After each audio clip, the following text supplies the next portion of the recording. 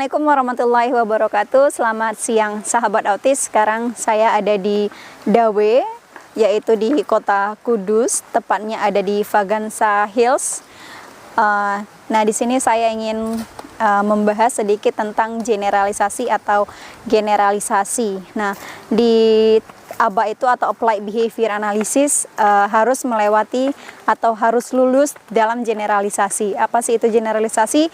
Nah, sebelum saya ke generalisasi, di program ABA ada namanya program harian dan juga program maintenance. Program harian itu dijalankan dari hari Senin sampai juga hari Sabtu. Minimal ABA itu dilakukan 40 jam per minggu. Nah, kalau maintenance adalah program-program yang anak sudah bisa di program harian, dijalankan lagi di program maintenance. Nah, kalau terapisnya ada 2, artinya 2 kali seminggu. Kalau terapisnya ada 3, artinya 3 kali seminggu. Maintenance dijalankan. Nah, kemudian program harian sudah pas, di maintenance kan lagi, kemudian keluar, artinya sudah lulus. Itu tidak bisa selesai, tapi namanya program kegeneralisasi. Nah, ada beberapa poin generalisasi ini. Ada instruksi, subjek, objek, ada juga tempat, seperti itu. Dan ada beberapa lagi generalisasi.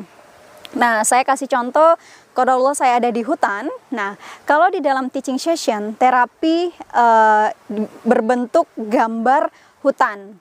Kemudian terapis memberikan instruksi kalau program identifikasi tempat dengan aktivitas gambar hutan, terapis memberi instruksi pegang hutan. Kemudian anak memegang gambar hutan. Kalau program melabel tempat, aktivitas hutan dengan instruksi di mana anak menjawab hutan. Nah, salah satu poin generalisasi adalah kita objek ya. Jadi objek di teaching room itu kan berbentuk gambar hutan. Kemudian kita generalisasi, kita bawa anak ke hutan yang sebenarnya. Nah, apakah anak bisa atau tidak dengan instruksi tetap misalnya di mana anak menjawab hutan. Nah, itu namanya generalisasi objek, yaitu objeknya di teaching session berbentuk gambar. Nah, kemudian kita bawa dia ke hutan yang sebenarnya. Kemudian dalam generalisasi instruksi, kalau di teaching session di mana hanya kata di mana saja karena ketentuan dari 11 instruksi di video saya sebelumnya. Kalau kita ingin mengeneralisasinya maka kita rubah. Misalnya tebak kita ada di mana, jadi bukan hanya menggunakan kata di mana saja, agak panjang tidak masalah, kita kasih kata tambahan lainnya. Ayo, di mana ini? Nah, itu contohnya generalisasi instruksi. Artinya kita bisa melakukan generalisasi pada poin generalisasi instruksi dan juga pada poin objeknya. Objeknya di mana? Di hutan sebenarnya.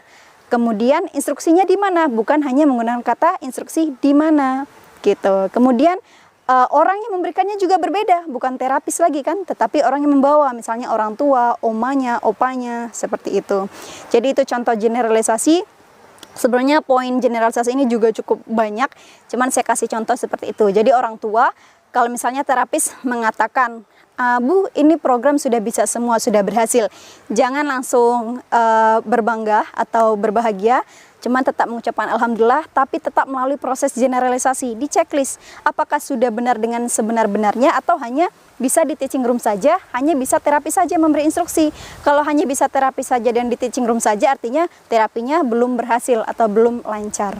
Jadi seperti itu, semoga bermanfaat. Nanti di lain kesempatan saya beri poin-poin yang lain mengenai generalisasi. Semoga dapat bermanfaat dan semua program bisa berhasil digeneralisasi hingga sekolah.